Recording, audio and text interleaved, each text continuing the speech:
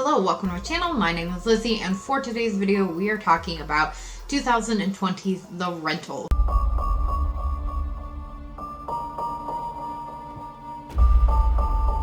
Let me show you out back, and then I'll get out of your hair. The stars are insane out here. I should have brought the telescope. What do you need a telescope in the city for? Unless you're like a peeping Tom or something.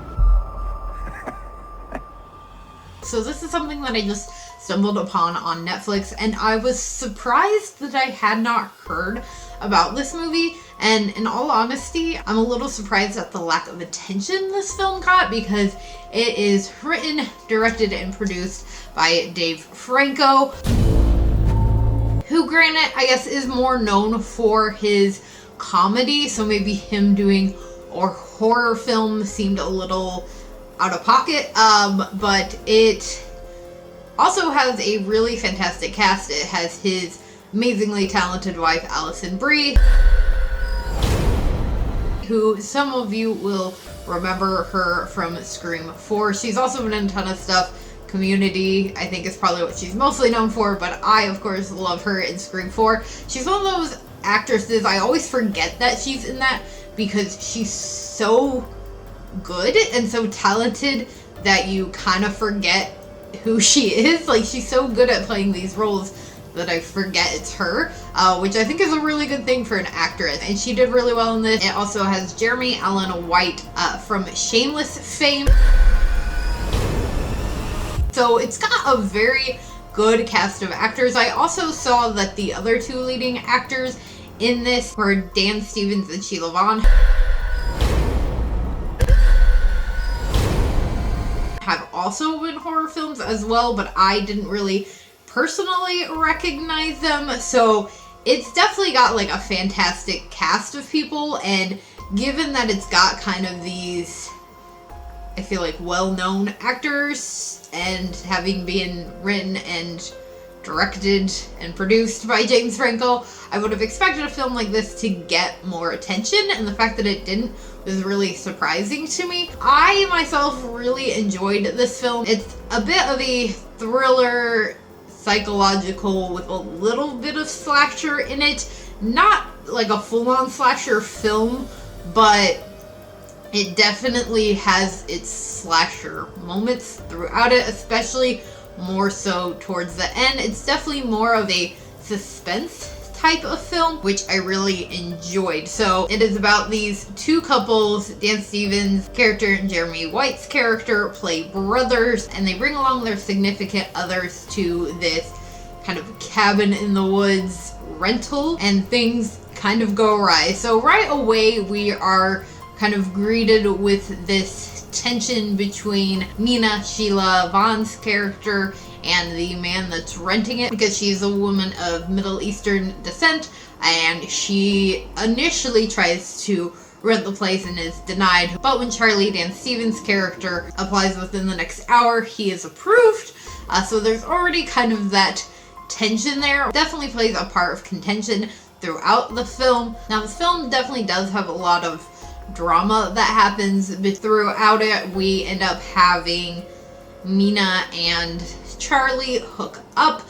The first kind of night they're there, they take ecstasy, and they end up hooking up in a hot tub, and then again in a shower, which becomes a really big problem when Mina realizes later on that there are cameras in the showers, and unfortunately they can't really do much. They debate whether or not to call the cops and report this guy for being creepy and spying on them, but then at the same time they don't want their significant others to find out. But when the creepy renter guy shows up, Mina confronts him about the cameras. They end up getting into a fight, leads to Josh, Mina's boyfriend, and Charlie's brother getting into a fight with Taylor, aka the creepy dude, who at this point neither Josh or Alison Brie's character knows what has happened between Mina and Josh. But so Josh is just purely trying to defend Mina, who he believes is being attacked, and this leads to the Taylor character being injured, and that is when we are introduced to a fourth character, it is a masked character who sneaks in and actually kills Taylor while the other characters are debating what to do. And then, of course, when they realize that Taylor's dead, they believe that Josh just killed him. And between Mina, Josh, and Charlie, they decide to try to kind of cover it up. Michelle's not really into it, but all of this commotion leads to the footage of Charlie and Mina being released through a screen in the house, and Michelle sees it, who then takes off, and one by one the characters are just killed off by this masked character. So it really like just goes full force towards the end of this film, which I actually really liked.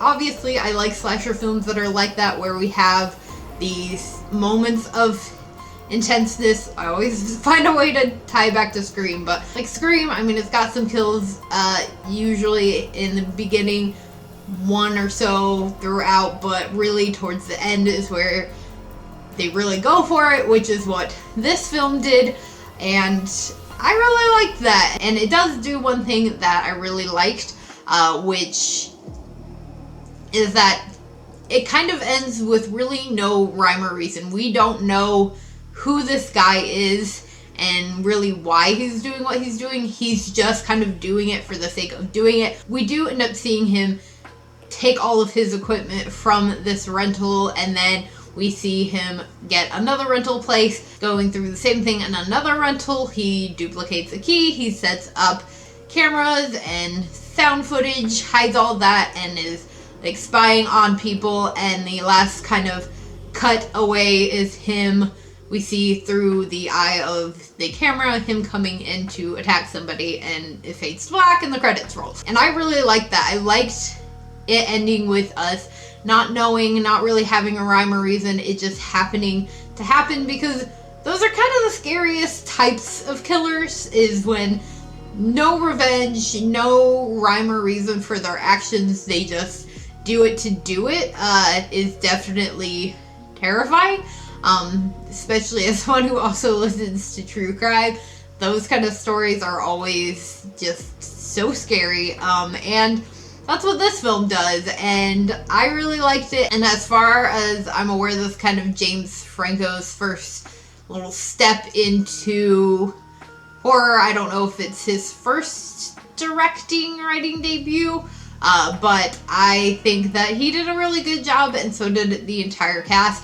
I liked that he's not in it, because a lot of times when you have actors that then become writers or directors, they insert themselves into it, which is fine, but I like the fact that he was really behind the scenes in this. And of course, like, he cast his wife, Alison Brie, but like I said, she's a fantastic actress who definitely did an amazing job in this, and so did really all the actors, and I really enjoyed it. So if you have not seen The Rental, I highly, highly suggest checking it out. Like I said, I watched it through Netflix US, so hopefully it's available to watch on there through other countries.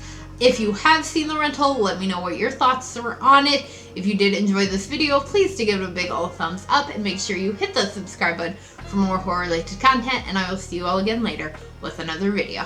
Bye!